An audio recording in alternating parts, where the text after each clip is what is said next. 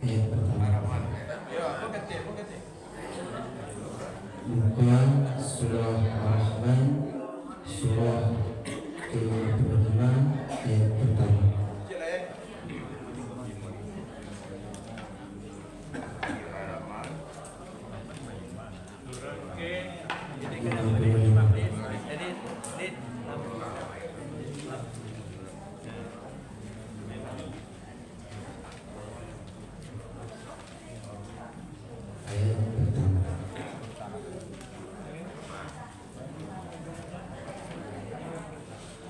Taqabbalallahu minna wa minkum taqabbal ya karim.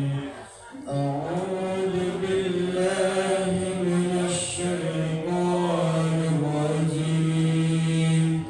Bismillahirrahmanirrahim. Ar-Rahman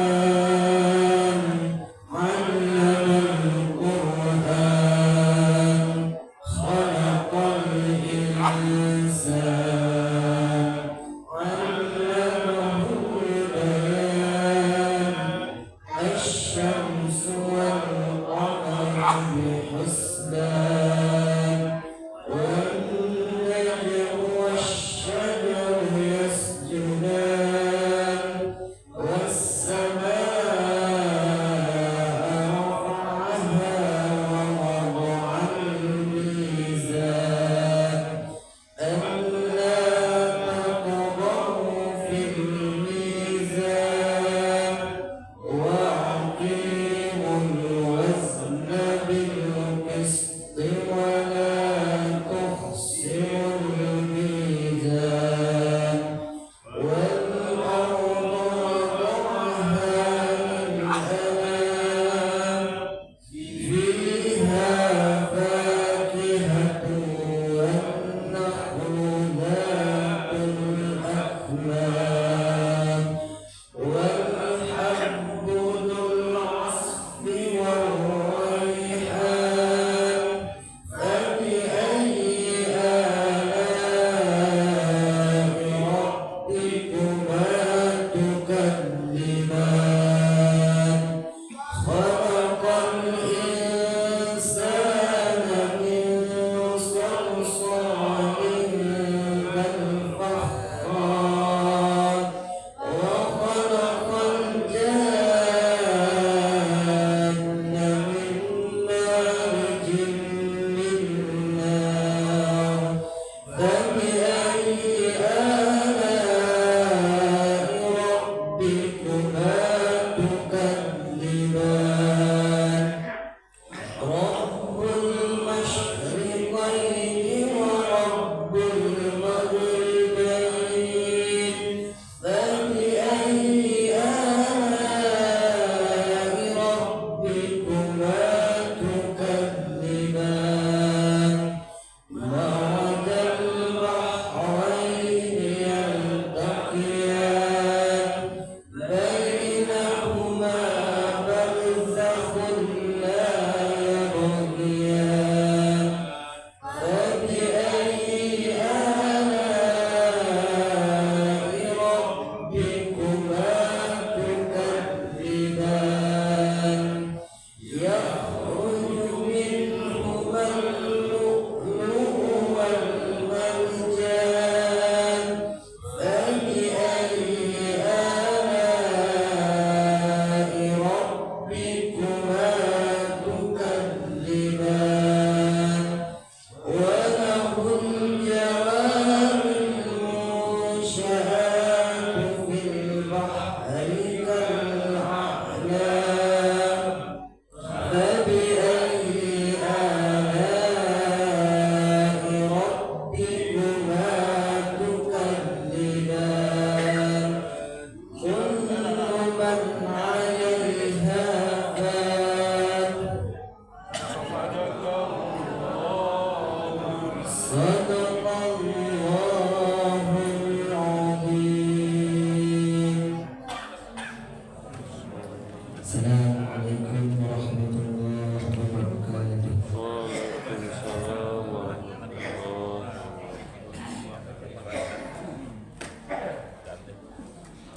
Ibu sudah baca? Kalau tidak kemudian ya. Mari kita baca Ar-Rahman ya. Ya, surat 55 kita dengar dan kita nikmati bersama. Artinya Ar-Rahman, Allah yang Maha Pengasih, yang telah mengajarkan Al-Quran. Dia menciptakan manusia, mengajarkan pandai berbicara. Matahari dan bulan beredar menurut perhitungan, dan tumbuhan dan pepohonan keduanya tunduk kepadanya, dan langit telah ditinggikannya, dan Dia ciptakan keseimbangan agar kamu jangan merusak keseimbangan itu, dan tegakkanlah keseimbangan itu dengan adil, dan janganlah kamu mengurangi keseimbangan itu. Dan bumi telah dibentangkannya untuk makhluknya. Di dalamnya ada buah-buahan dan pohon kurma yang mempunyai kelopak mayang, dan biji-bijian yang berkulit, dan bunga-bunga yang harum baunya. Maka nikmat Tuhanmu yang manakah yang kamu dustakan? Inna lillahi wa inna ilaihi raji'un. Hah? Tidak kelihatan. Tidak kelihatan. Tidak kelihatan terus Rahman? Tidak kelihatan. Sadaqallahul azim.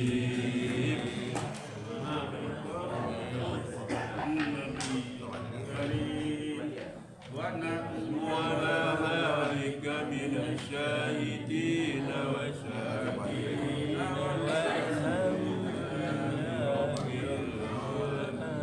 Balik tak balik? Awak saja ya, Pak. Lah. Balik. Balik ya. Makasih. Ah, sesuatu kurang perasa boleh dah. Perasa boleh. Tidak mampu. Ada.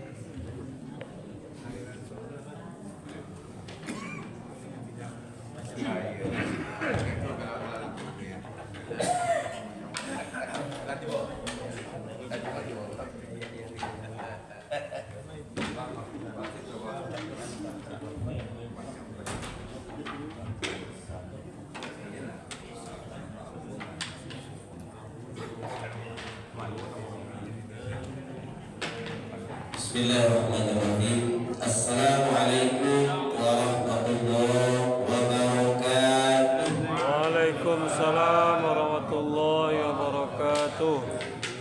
Alhamdulillah. Alhamdulillah rabbil alamin, wassalatu wassalamu ala asrafil anbiya'i wal mursalin wa ala alihi washabihi wa rasulillahi ajma'in. Asyhadu an la ilaha illallah wa asyhadu anna Muhammadan abduhu wa rasulullah nabiyya ba'd. Pertama dan pertama sekali marilah kita mengucapkan puja beserta puji syukur kehadirat Allah, yang mana pada subuh kali ini kembali kita diberi oleh Allah nikmatnya, rahmatnya beserta karunia-Nya, sehingga kita pada subuh kali ini kembali bisa melangkahkan kaki dan mengayunkan tangan kita menuju masjid yang sama-sama kita cintai ini, yakninya untuk melaksanakan aktivitas kita sebagai umat Islam, yaitu melaksanakan sholat subuh secara berjamaah. Alhamdulillah, tadi sudah kita lanjutkan dengan pembacaan ayat Al-Quran surat Ar-Rahman. Mudah-mudahan rahmatnya Allah diberikan kepada kita pada subuh kali ini. Berilah haji semangat tadi, pilih-pilih kita peserta. Mudah-mudahan ini adalah surat disukai berbanyak. Mudah-mudahan karena ayat ini kita sukai, mudah-mudahan pertolongan Allah terus Allah kasih kepada kita. Amin. Ya Rabbal Alamin. Salawat dan salam yang kita untukkan kepada baginda Rasulullah sallallahu alaihi wasallam dengan lafaz Allahumma shalli ala Muhammad wa ala ali Muhammad. Bapak, ibu-ibu jemaah sumber barokah yang dilakukan Allah, Bapak dan Ibu Pengurus Masjid Baitur Rahim, kemudian Sona Nurul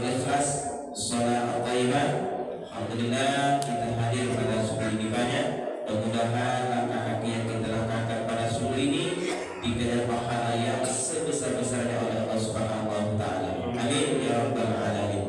Baiklah para ini untuk mempersingkat waktu, langsung saja kita masuk ke pengajian kita pada subuh ini. Subuh ini akan disajikan dan berikan ilmu kepada kita bersama, yaitu oleh Ustaz Pepi Alfian Caniago SIKI SPD. Dosanya kepada Ustaz kita, silakan.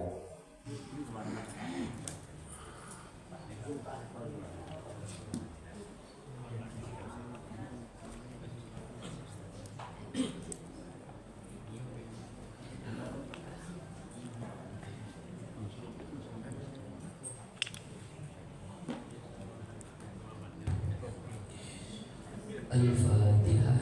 A'udzubillahi minasyaitonir rajim. Bismillahirrahmanirrahim.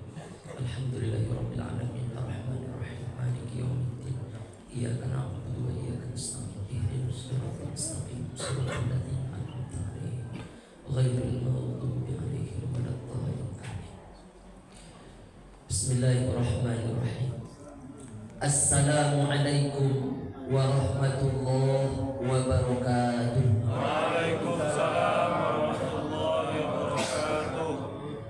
Alhamdulillahilladzi anzalal Qur'an hudan linnasi wa bayyinatin minal huda wal furqan. Asyhadu an la ilaha illallah wahdahu la syarika lah wa asyhadu anna sayyidana Muhammadan rahmatan lil alamin. Allahumma salli wa sallim wa barik wa karim wa hadzal nabiyyil karim sayyidina wa habibina wa syafi'ina wa qurrati a'yunina wa maulana Muhammad sallallahu alaihi wasallam. Orang-orang tua-tua kami yang kami hormati dan muliakan, kemudian tokoh-tokoh masyarakat, alim ulama, nenek mama, cerdik pandai, suluh bendang dalam negeri, kapai tampe batanyu, kapulang tampe babarito, Pak RW, Pak RT kita, kemudian juga guru-guru kita, ustadz-ustadz kita yang hadir duduk bersama kita pada pagi yang penuh dengan keberkahan ini. Mudah-mudahan duduknya tokoh-tokoh kita, orang-orang tua-tua kita, guru-guru kita bersama kita pada majelis ini menambah-nambah keberkahan subuh mubarakah ini. Amin ya rabbal alamin. Pengurus masjid Baitur Rahim, Pak Ketua bersama perangkat-perangkat tak dapat pula disebut satu-satu. Sebagaimana yang sering kita sampaikan, jadi pengurus masjid itu tak ada gajinya, tak ada honornya, tapi mau mengurus umat, mau mengurus masjid, maka balasannya dari Allah satu saja. Apa itu? Besok di hari kiamat bersama Rasulullah dimasukkan ke dalam surga. Amin. Ibu-ibu yang juga ramai datang subuh ini, kita doakan kepada Allah, mudah-mudahan inilah agak-agaknya yang disebut dengan al-mar'atus sholihah, perempuan-perempuan sholihah. Kalau perempuan sholihah macam apa nanti Pak Ustaz? Menjadi pemimpin para bidadari di surga. Bidadari yang Allah ciptakan itu di mana? Ya memang udah jadi bidadari. Tapi mengapa perempuan-perempuan sholihah ini menjadi pemimpin dari para bidadari? Tidak hanya sebagai seorang bidadari, tapi pemimpin para bidadari. Karena perempuan sholihah itu punya amal. Bidadari diciptakan Allah tak ada amal, langsung ditempatkan di surga. Inna lillahi wa inna ilaihi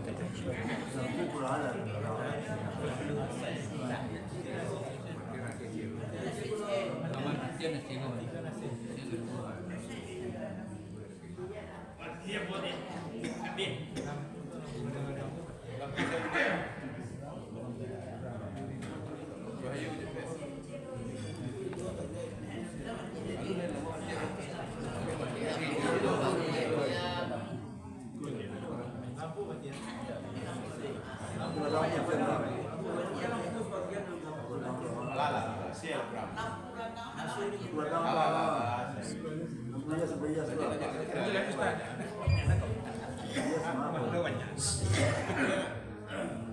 Baik, bisa kita lanjutkan Bapak Ibu.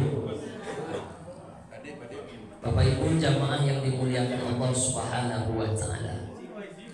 Kemudian kita doakan kepada Allah, siapapun Bapak Ibu yang sudah berkontribusi menyiapkan sarapan pagi pada subuh ini, insya Allah mudah-mudahan Allah tambah terus rezeki dan nikmatnya. Amin ya rabbal alamin. Kaji kita subuh ini diambil dari satu kitab yang ditulis oleh, nama kitabnya Sahih Ibnu Hibban. Hadis ini ada juga ditulis oleh Imam Baihaqi, kemudian diriwayatkan juga dalam banyak kitab yang lain. Jadi dalam kitab Sahih Ibnu Hibban diriwayatkan juga oleh Imam Baihaqi, kemudian beberapa kitab hadis yang lain. Hadis ini diriwayatkan dari sahabat Nabi, namanya Anas bin Malik.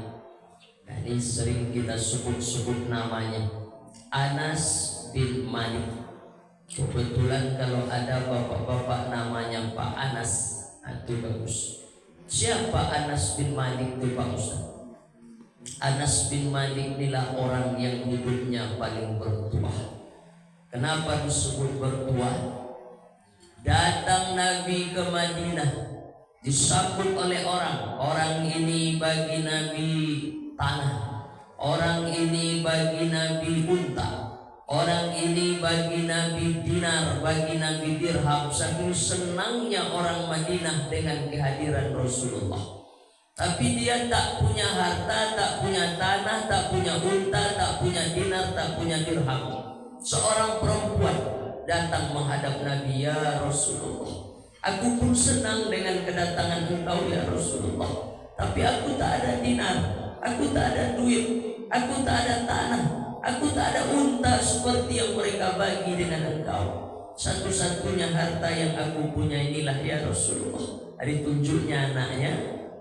Kebetulan anak itu berusia 10 tahun. Bawalah anakku ini ya Rasulullah, aku hadiahkan kepada engkau, jadikanlah dia pembantu. Nabi tak menolak hadiah. Kalau ditolak sakit hati orang, kecewa, sedih. Orang itu diterima, mentang-mentang hadiahnya besar. Ini hadiah kita cuma ini, kalau ditolak sedih. Makanya Nabi, mana ini? Diambil oleh Nabi. Sini nak. Berapa umurnya? 10 tahun. Siapa dia? Anas bin Malik.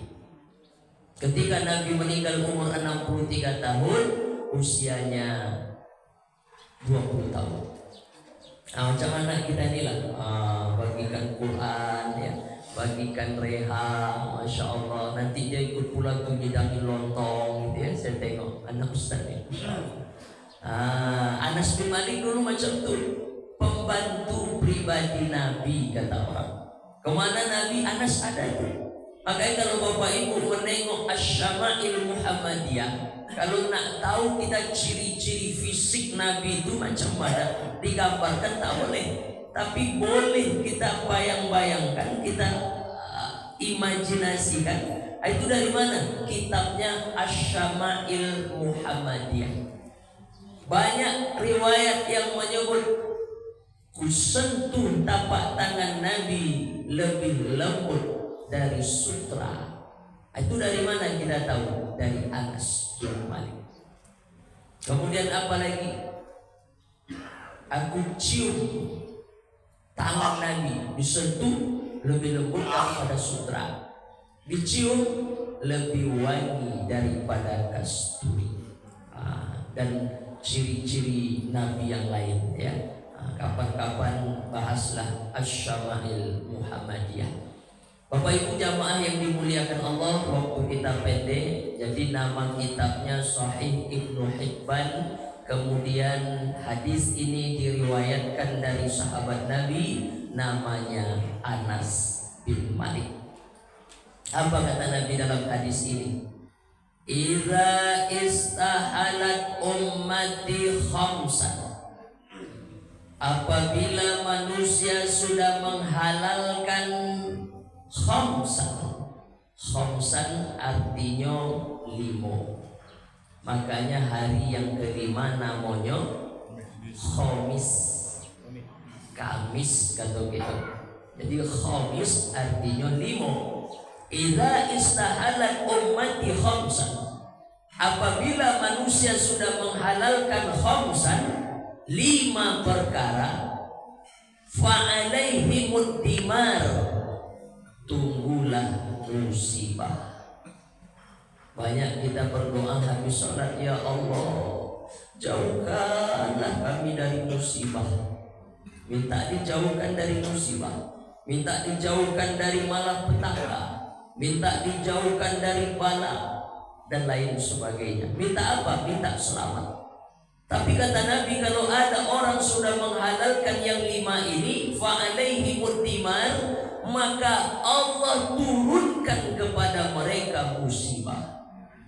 Jadi musibah ini dalam kaji-kaji kita tak mesti mengapa terjadi gempa karena ada lempengan yang bergeser macam-macam. Kenapa terjadi ini? Karena alam begini. Tak salah juga. Tapi kita sebagai orang yang beriman, pasti kita meyakini tidak bergerak sesuatu illa bi'idznillah, kalau tidak izin Allah, musibah apapun. Maka dalam hadis ini Nabi sebut, kalau orang sudah menghalalkan 5 perkara, fa'alaihimud dimar, maka Allah turunkan musibah kepada mereka. Mana yang 5 itu? Yang pertama, idza zaharat talaun, kalau ada orang sudah biasa saja talaun. Talaun artinya laknat. Orang sudah terbiasa laknat melaknat, lawannya rahmat. Jadi laknat lawannya rahmat. Jadi orang kalau sudah terbiasa laknat melaknat, fa'alaihimud dimar, Allah turunkan kepadanya musibah. Kalau ada satu keluarga terbiasa ucapannya laknat melaknat, turun musibah di keluarganya. Kalau ada satu kampung, satu perumahan, satu negeri, satu desa, satu kota terbiasa laknat melaknat, menormalisasi kata orang, menghalalkan, dianggap biasa saja, maka turunlah musibah di negeri itu. Apa contoh? Dalam ucapan. Dalam ucapan orang sekarang terbiasa saja laknat melaknat. Bapak Ibu nanti nontonlah TV, acara-acara sekarang itu anak-anak muda atau orang-orang di TV, di podcast, di YouTube kita tengok, panggil kawannya dah biasa aja anjing. Betul tak? Coba Pak.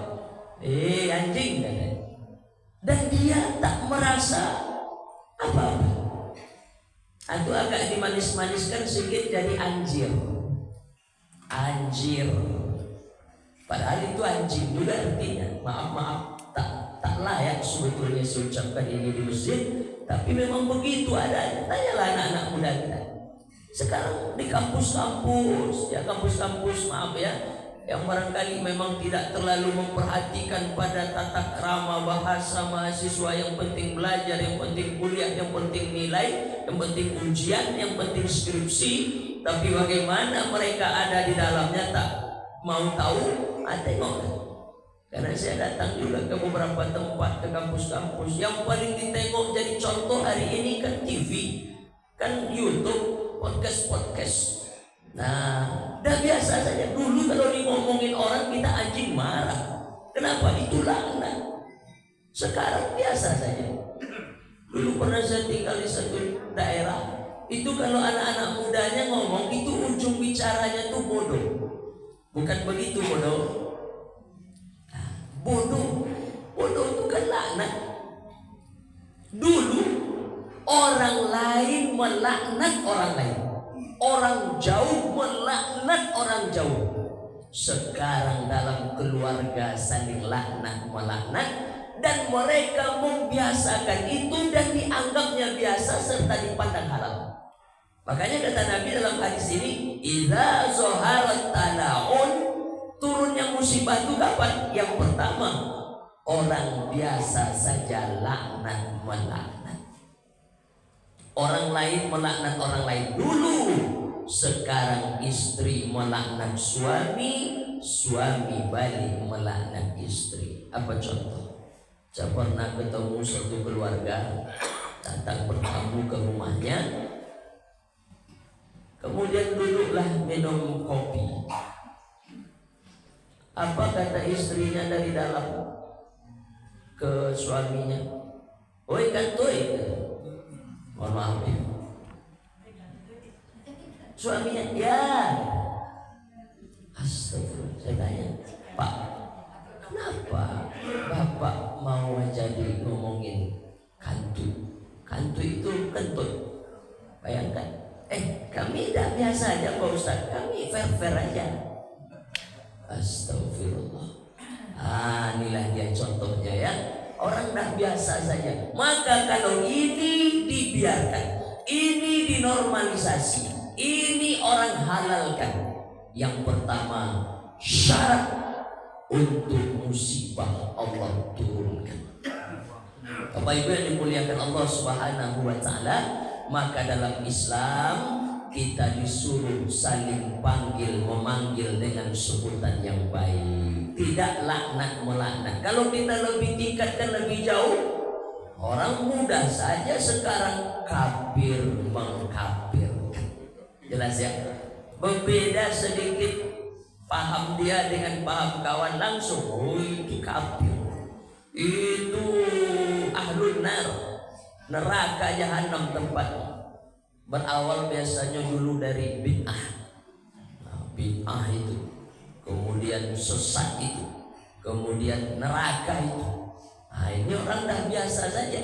Bapak Ibu yang dimuliakan Allah Subhanahu wa taala, maka terkait panggil memanggil tadi, tengoklah bagaimana Ibrahim memanggil anaknya. Dalam Quran dipanggil apa?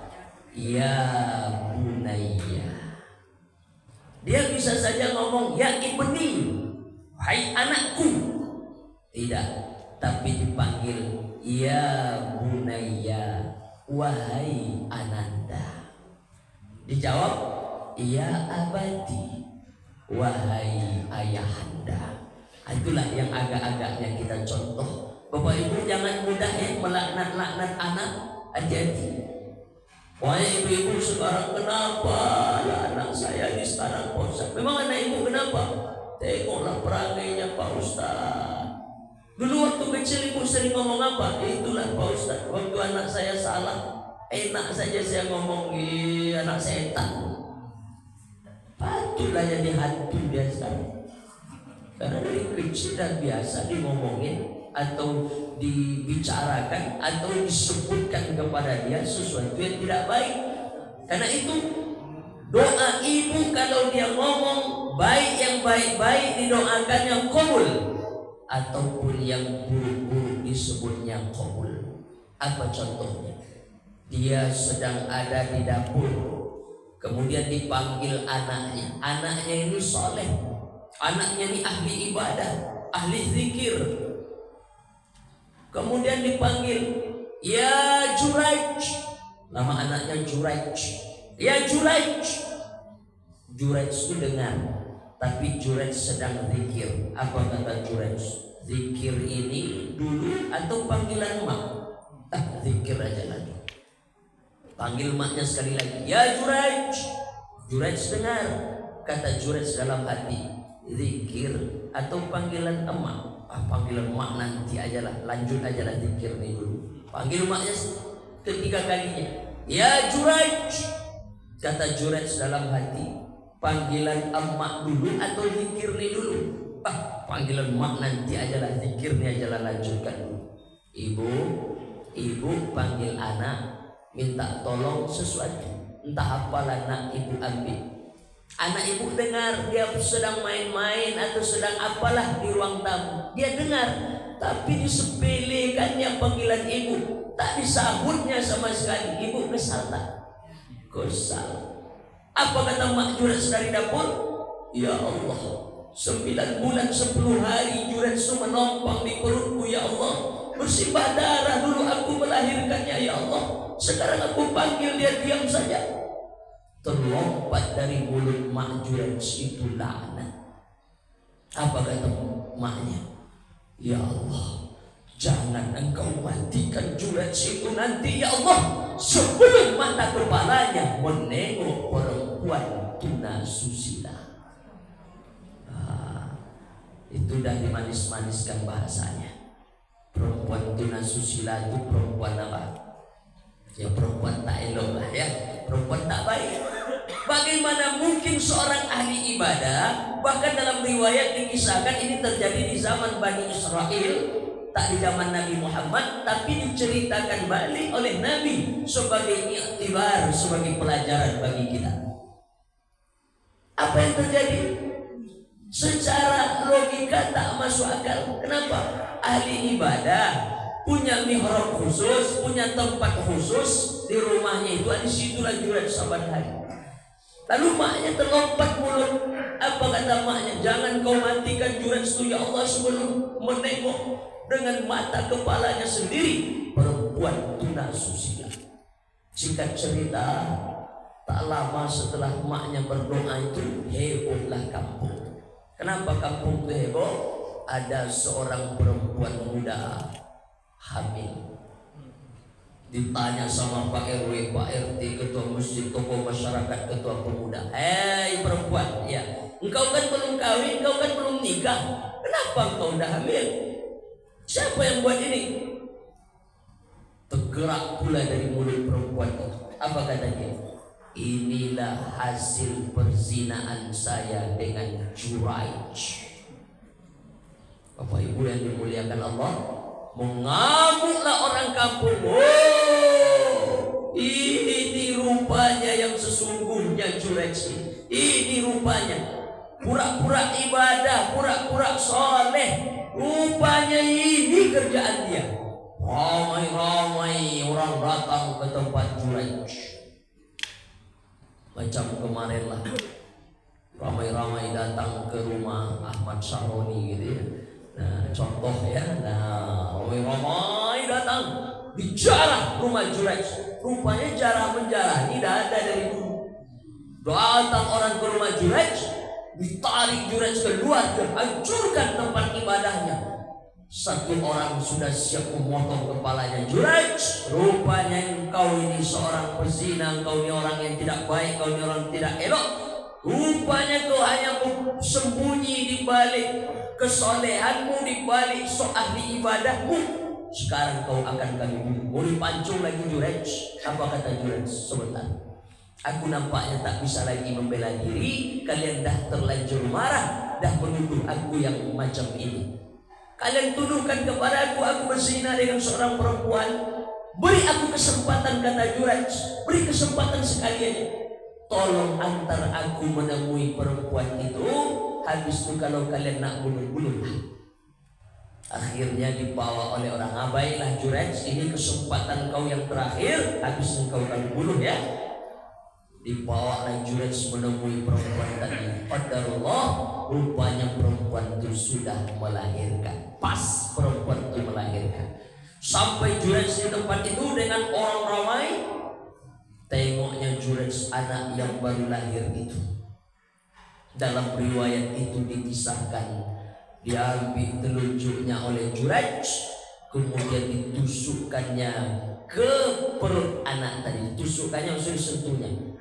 Ya ulam, hai anak, man abuka, siapa ayahmu? Qadarullah, anak itu langsung ngomong.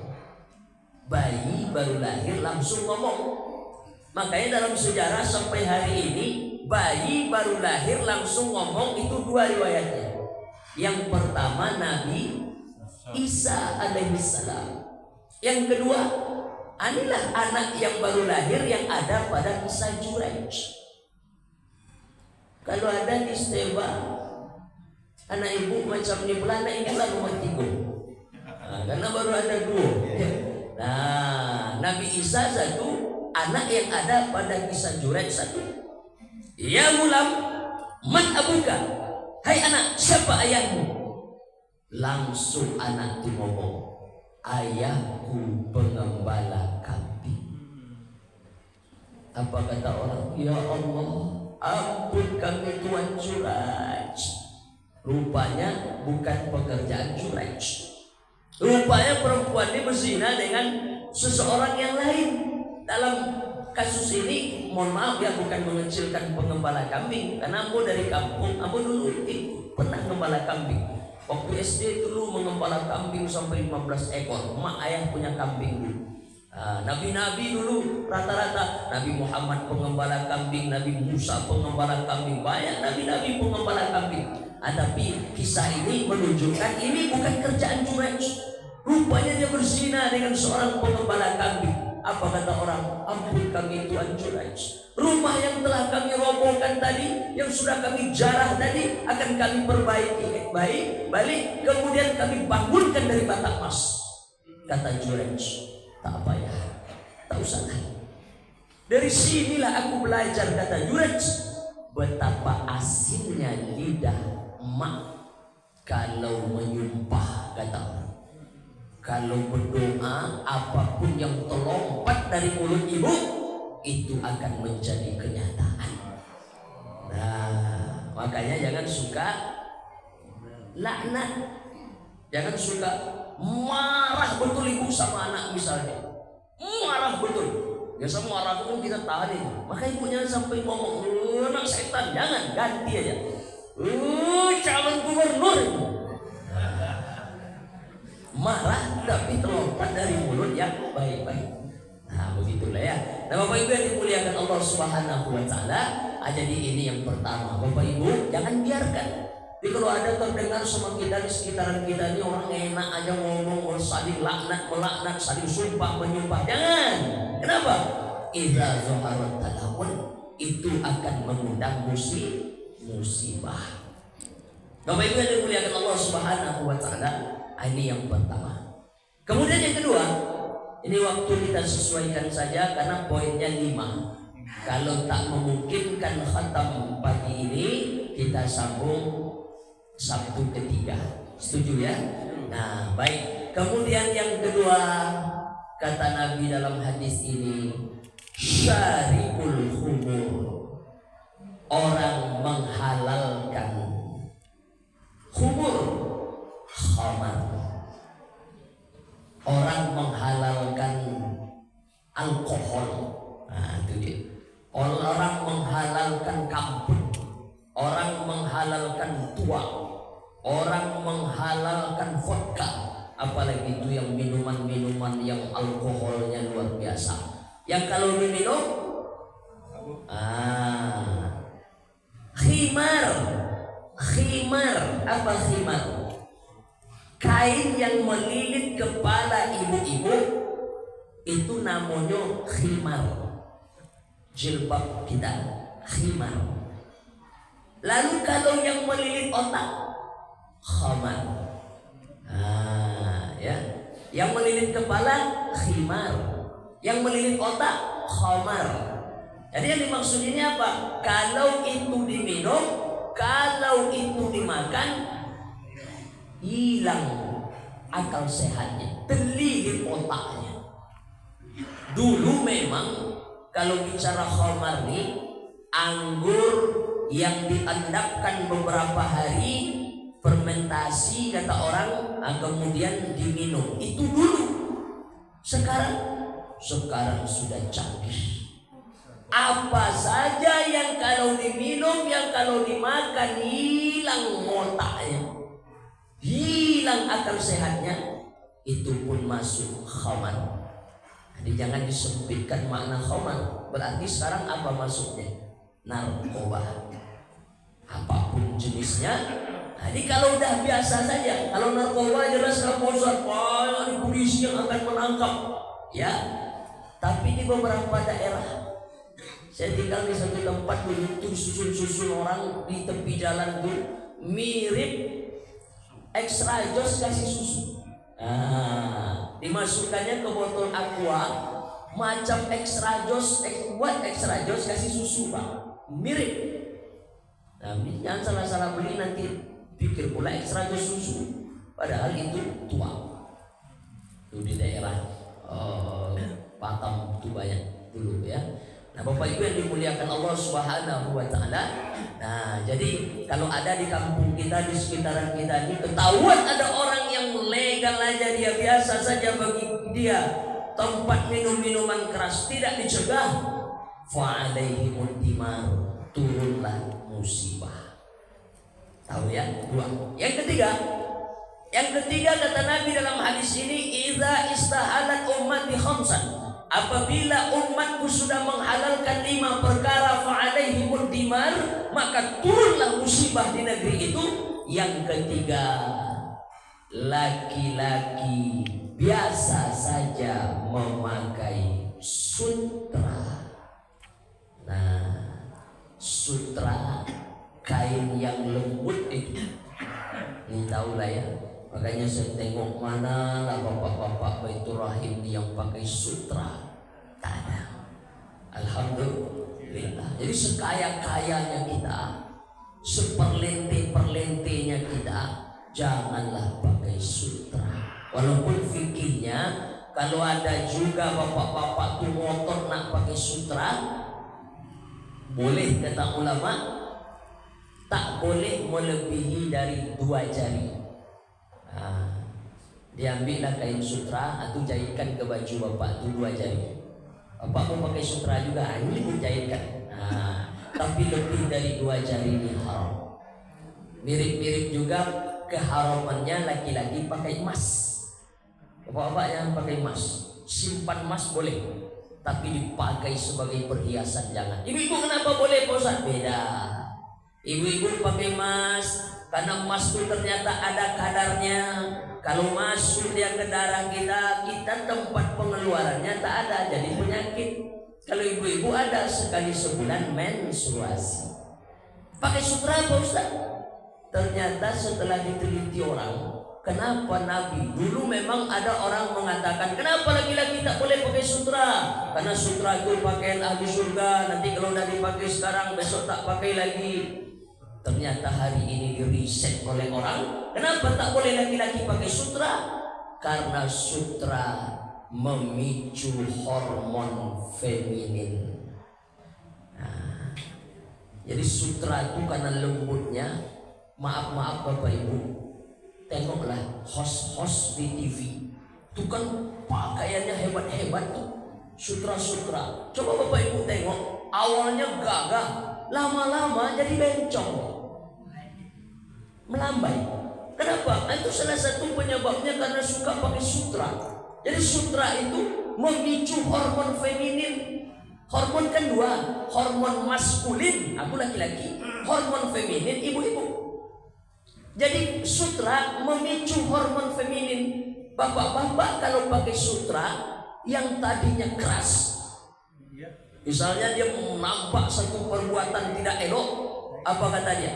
Haram ini, tak baik ini, sudah ini. Pakaikan sutra agak 3 bulan. Apa kata dia? Haram. Langsung berubah bahasa. Bapak-bapak jangan pakai sutra. Kenapa? Itu akan membuat kita jadi melambai. Jelas ya? Ibu-ibu tak apa-apa. Ibu-ibu ini hadiahkanlah sutra Pak. Kenapa? Apalagi nan agak kare-kare angok ya. Dan agak kare-kare hati, dan agak kare-kare angok, atau pakaikanlah sutra agak 3 bulan. Itu langsung jadi lemah lembut. Gitu ya. Di perempuan boleh pakai sutra, laki-laki jangan. Kalau ada yang sudah terbiasa memakai sutra laki-laki dan itu dihalalkan bagi penduduk itu, bagi kaum itu, fa'alaihimud dimar, maka tunggulah musibah. 3. Nah, kita langsungkan aja lah agak 5 menit lagi ya. Nah, yang keempat, kapan turunnya musibah Allah berikan? Ketika kata Nabi tadi sudah dihalalkan yang 5. Yang pertama, orang suka laknat melaknat. Yang kedua, orang menghalalkan khamar. Yang ketiga, laki-laki suka pakai sutra. Yang keempat, laki-laki sudah seperti perempuan, perempuan berpenampilan seperti laki-laki. Kalau kita buat macam di Thailand, Pak, kebetulan waktu itu kami pernah di situ, sampai ragu kita. Apa kata yang bawa kami? Ustaz jangan tergoda, itu lady boy. Lady boy. Di atas lady, di bawah boy. Nah, itulah agak-agaknya. Nah, apa itu lady boy kalau bahasa awal? Bencong, bahkan dah merubah, maaf, operasi kelamin, rubah yang macam-macam. Kalau di topik awak mungkin lain sampai macam itu belum, tapi berpenampilan sudah. Kalau ada orang sudah biasa saja di satu negeri itu, maaf, kalau awak tidak lain menjadi satu keanehan nampak, ada biasa tuh Pak Ustaz. Kalau di sana kan udah dianggap, udah diterima oleh masyarakat, udah diakui mereka sebagai bagian yang ada laki-laki, ada perempuan, ada satu lagi laki-laki dan perempuan. Lady boy itu di Thailand ada diakui. Makanya kapan merebaknya LGBT, kapan merebaknya itu namanya waria-waria, kapan merebaknya itu para bencong-bencong, ketika dihalalkan, dilegalkan, ketika dipandang biasa oleh suatu kampung. Ada ibu-ibu satu orang, mohon maaf ya, ini harus saya sampaikan. Ada anaknya, saya tahu dia itu laki-laki, tapi begitu dia pulang ke rumah, sebetulnya saya ada di rumahnya itu, Allah karim, persis dah macam perempuan gayanya. Apa kata emaknya? Sebetulnya anak saya ini laki-laki Pak Ustaz, cuma agak lembut sedikit. Dan dia dah biasa saja.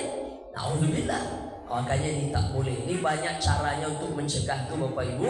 Insya Allah kapan-kapan nanti kita bahaskan yang lebih detail. Salah satunya apa? Kalau anak sudah balik, jangan sampai tidur satu dipan, apalagi satu selimut. Ini hadisnya ada, tak boleh tidur dalam satu selimut, baik perempuan dengan perempuan, anak gadis dengan anak gadis, ataupun laki-laki dengan laki-laki. Tak boleh, pisahkan, minimal pisahkan ranjangnya walaupun sekamar.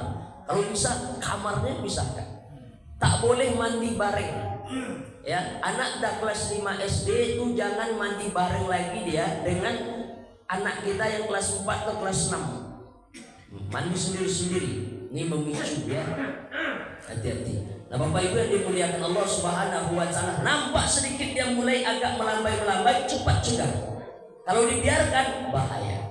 Nabi pernah menengok ada seorang laki-laki pakai inai. Apa kata Nabi? Dia ini kenapa?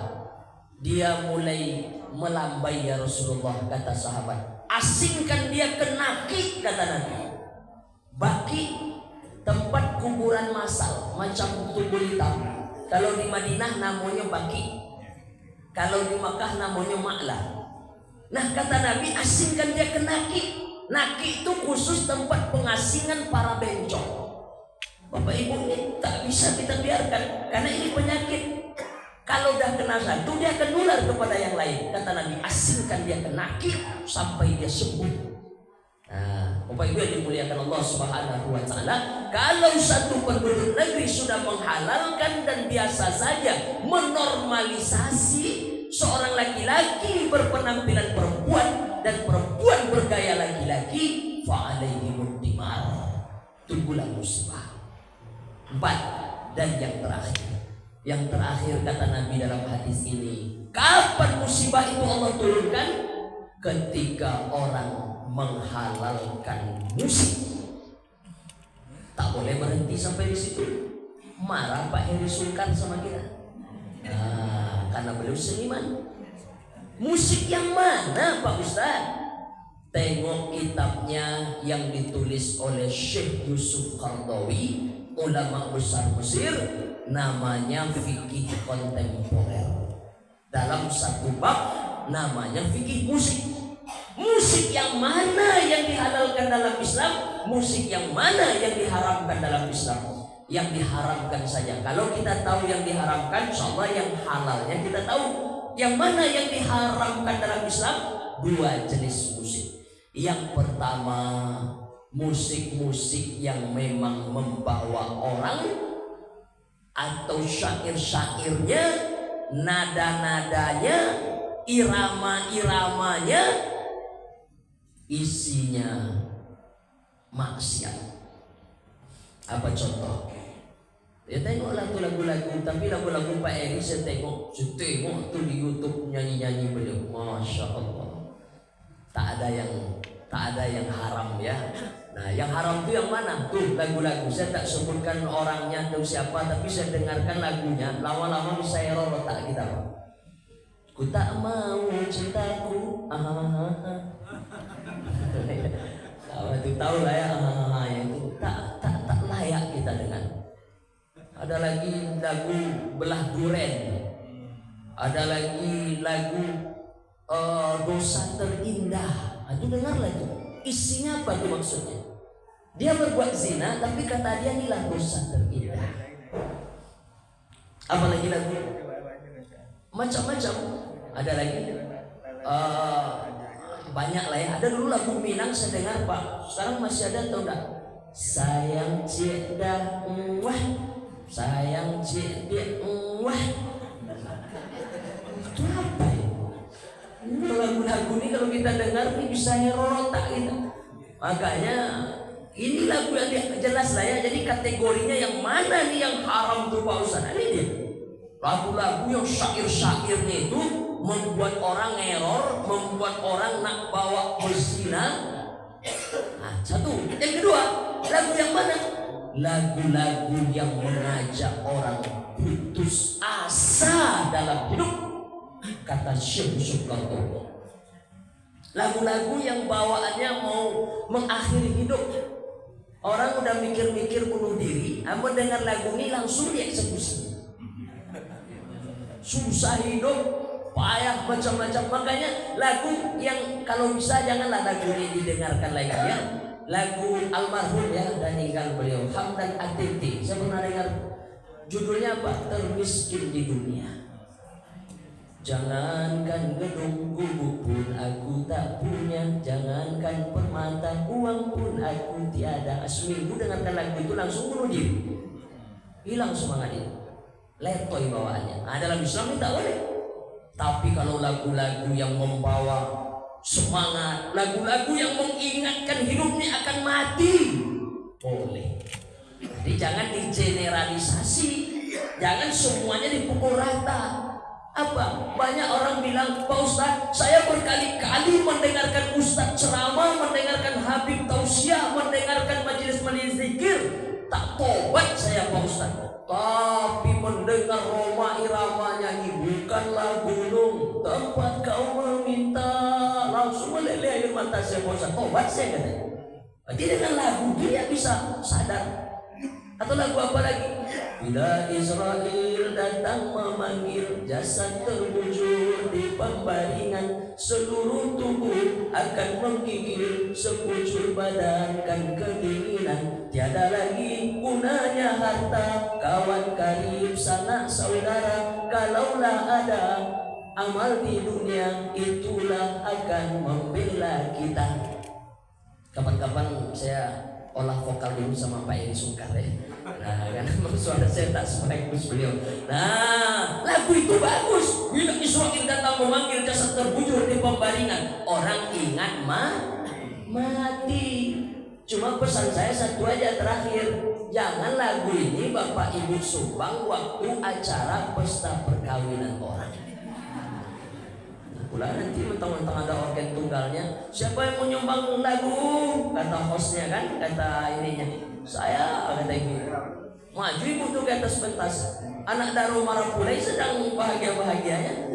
Apa kata ibu itu? Ila Israel datang memanggil. Hilanglah semangat orang.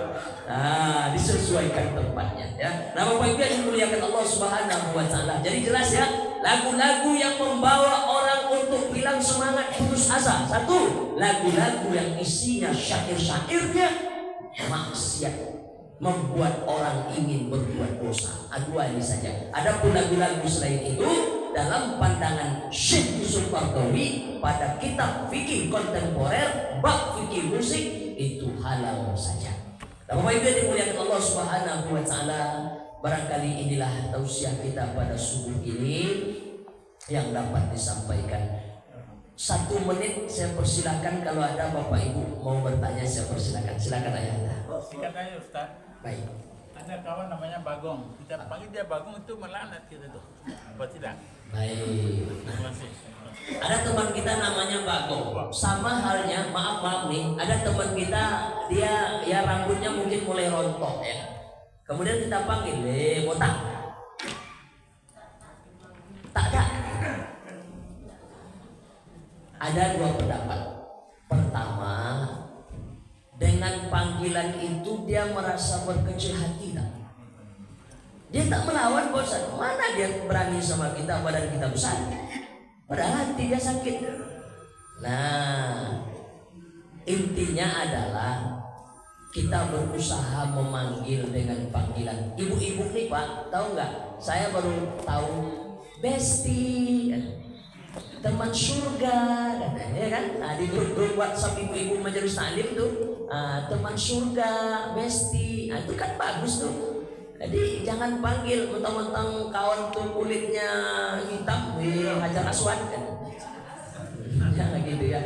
Nah, jadi intinya itu adalah kita tuh memanggil dengan panggilan yang ini. Walaupun seperti tadi istri memanggil lakinya, "Oi kantoy."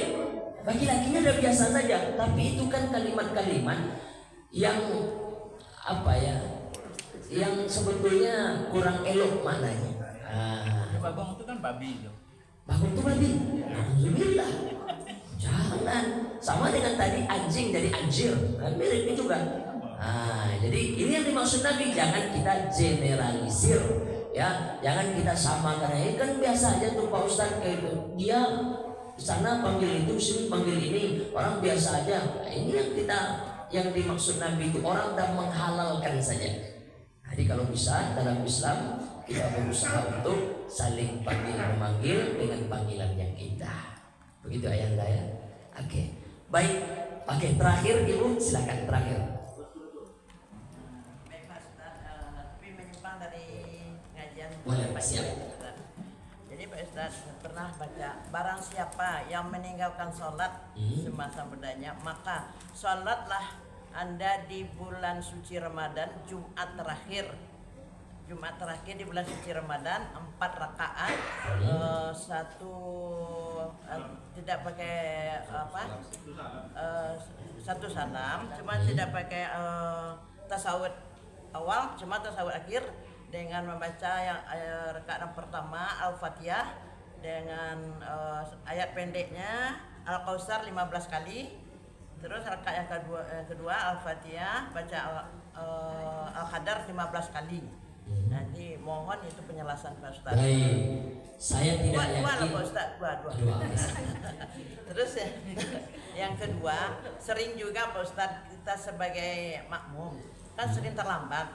Ya. Jadi dikatakan bisa 1 rakaat tuh apa sujud atau bagaimana ruku atau bagaimana bisa dikatakan 1 rakaat. Baik. Terima kasih Pak Ustaz. Terima kasih Bunda. Pertanyaan yang pertama bagus. Saya tidak menemukan hadisnya. Oke. Kalaupun ada, saya yakin bukan di hadis kitab yang sahih. Yang tadi ya. Nah, kalaupun ada pendapat ulama Ustaz ya, barangkali itu pendapat ulama. Dan kalaupun ada dalam kitab hadis Pak Ustaz, saya tak menemukan dalam kitab hadis sahih. Yang tadi ya, yang ada itu apa? Kalau tinggal sholat kita di masa-masa muda kita dulu, hari ini qadha. Itu yang sahih. Qadha. Gimana caranya Pak Ustaz? Dulu coba itu. Ibu mulai sholatnya usia berapa? Usia 40 tahun lah baru saya sadar Pak Ustaz. Dari balik, ibu balik dulu menstruasi pertama usia berapa? 15 tahun. Berarti dari umur 15 tahun ke umur 40. Atau berapa tahun tuh? Hitunglah. Berapa kali subuh yang tinggal, berapa kali zuhur tak dikerjakan, berapa kali asar yang dilalaikan. Sekarang gimana? Jemput balik. Ini yang sahih. Gimana cara jemputnya? Qadha. Qadha artinya tunaikan balik. Caranya apa? Di waktunya. Allahu Akbar, salat zuhur nih. Assalamualaikum warahmatullah. Tegak lagi 4 rakaat. Yang tadi usolli fardhu zuhri 4 rakaatin. Adaan. Tadi adaan. Habis tegak 4 rakaat lagi, habis salam tadi itu apa lagi? Usolli fardhu zuhri 4 rakaatin qadaan. Sholat itu kan hanya ada 2. Pertama adaan, sholat waktu itu. Dan kedua qadaan, menjemput sholat yang tinggal. Kerjakan 4 rakaat. Allahu Akbar. Ada kawan habis sholat asar tegak lagi dia 4 rakaat. Bapak ibu jangan bisik-bisik dulu. Sesat. Barangkali dia menjemput sholat asarnya yang tinggal. Atau bapak-bapak tinggal sholat subuh. Harusnya habis sholat subuh tadi tegak lagi 2 rakaat. Cuma supaya tidak timbul fitnah, makanya sebaiknya kita tunaikan di rumah. Kalau ada pengajian subuh besok lah, ya. Di rumah kita tunaikan. Jadi yang ada itu adalah jemputnya dengan cara mengqadhanya, tapi tidak dengan merapel macam-macam lagi. Begitu pemahaman Abu Indo ya. Oke, satu. Yang kedua, kapan dihitung 1 rakaat? Terakhir, kapan dihitung 1 rakaat? Waktu ruku. Dapat ruku, dapat 1 rakaat. Lewat ruku, hilang 1 rakaat. Baru ditunaikan, disempurnakan balik. Jadi sholat itu dihitung rakaat itu pada saat ruku. Tapi jangan karena ingin mengejarkan ruku, hilang tumakninah. Ada orang, udah mau ruku nih, bahkan ada bapak-bapak saya tengok tak ada lagi takbiratul ihramnya, tegak langsung. Kapan mulai sholatnya? Karena sholat itu dibuka dengan takbiratul ihram. Karena ingin dia ngejarkan ruku. Kalau dapat ruku, alhamdulillah. Kalau tidak dapat, jangan hilang tumakninah. Ikuti aja. Imam sujud, sujud aja kali. Nanti sempurna. Begitu ya. Oke. Baik. Itu yang dapat disampaikan pada kesempatan ini pas 6:30. Mohon maaf kalau ada salah dan silap atau yang kurang pada tempatnya. Lain waktu kita buka sesi tanya jawab yang agak lebih panjang lagi. Al-Fakir Fabi Afrian Sanyago. Jumpa lagi di lain kesempatan. Subhanallahumma wa bihamdika asyhadu an la ilaha illa anta astaghfiruka wa atubu ilaik. Akhirul kalam billahi taufiq wal hidayah. Wassalamualaikum warahmatullahi wabarakatuh. Waalaikumsalam warahmatullahi wabarakatuh.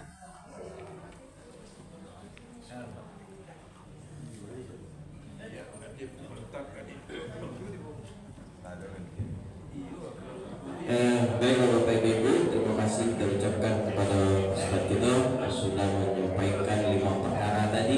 Mudah-mudahan bisa kita pahami sehingga sekali lagi kita sampaikan keberkahan itu ada pada kita, kemurahan Allah itu diberikan oleh Allah. Mari kita perhatikan yang 5 tadi. Mudah-mudahan kita semakin lebih baik. Baik Bapak dan Ibu yang dimuliakan Allah, infak subuh kita pada Jumat pada subuh kali ini berjumlah Rp293.000. Rp293.000.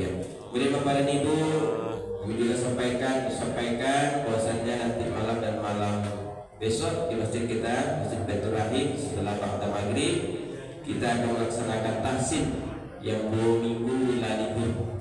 Karena banyak anggota, ada yang sakit, Pak Ketuanya sakit ini. Ayah atau operasi tidak sehat, kemudian malam nanti bisa kita laksanakan kembali. Kemudian di musola At-Thaibah juga akan laksanakan tahsin nanti malam bacanya. Jadi cepatnya.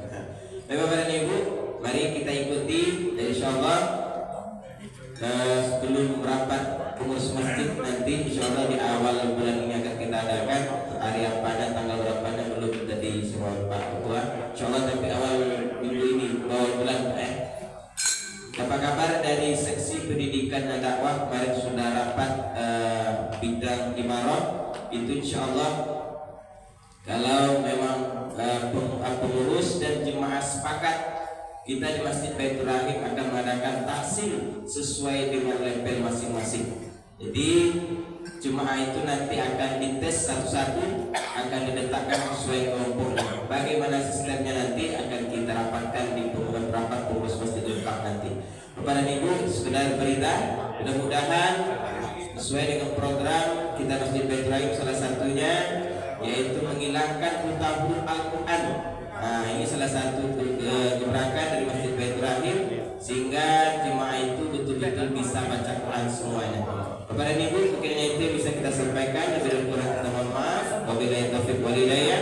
Wassalamualaikum warahmatullahi wabarakatuh. Waalaikumsalam warahmatullahi wabarakatuh.